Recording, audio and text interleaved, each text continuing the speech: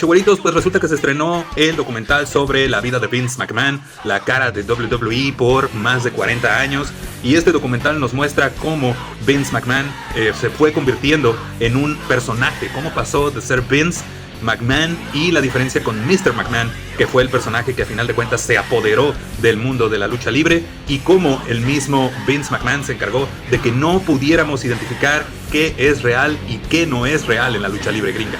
De acuerdo a lo dicho por el mismo Vince McMahon, él no conoció a su padre hasta que tuvo 12 años y su papá, un promotor de lucha libre de la vieja escuela en los años 60 y 70, lo rescató básicamente de su madre y de su padrastro, quienes abusaban de él física, psicológicamente y se dice que hasta sexualmente. Entonces Vince conoció a su papá y comenzó a meterse en el mundo de la lucha libre y se dio cuenta que a este mundo era el que quería pertenecer e hizo todo lo posible por tener la aprobación de su padre, esos daddy issues que todavía lo siguen marcando hasta ahora y que de hecho marcaron su caída en la industria del entretenimiento. Pues resulta que eran los años 80 y Vince McMahon empezó a aparecer en las transmisiones del entonces WWF y empezó a hacerse de un nombre, empezó a tratar de transformar la compañía de su papá, aunque su mismo papá no estaba mucho de acuerdo con estas situaciones, porque todavía la lucha libre se veía solamente como un deporte. Pero Vince McMahon, visionario como era él solo, pensó que esto era más que un deporte, era una cuestión de entretenimiento.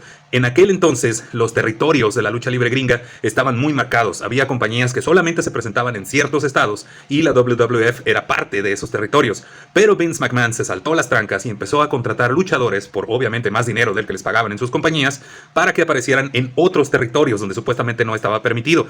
Se rompió ese pacto gracias a McMahon. Obviamente a las otras compañías no les gustó mucho, pero a final de cuentas Vince sobrevivió. La WWF se fue haciendo más grande y fue convirtiéndose en un monstruo que llevó a la contratación de grandes estrellas como Tony Atlas, como el papá de The Rogue, como Randy Savage, como The Ultimate Warrior y Andre the Giant, entre muchos otros. Eso llevó a la postre a la creación de un evento que, según Vince en este mismo documental de Netflix, menciona que él dice que por qué no había un evento cada año como un Super Bowl o la Serie Mundial de Béisbol.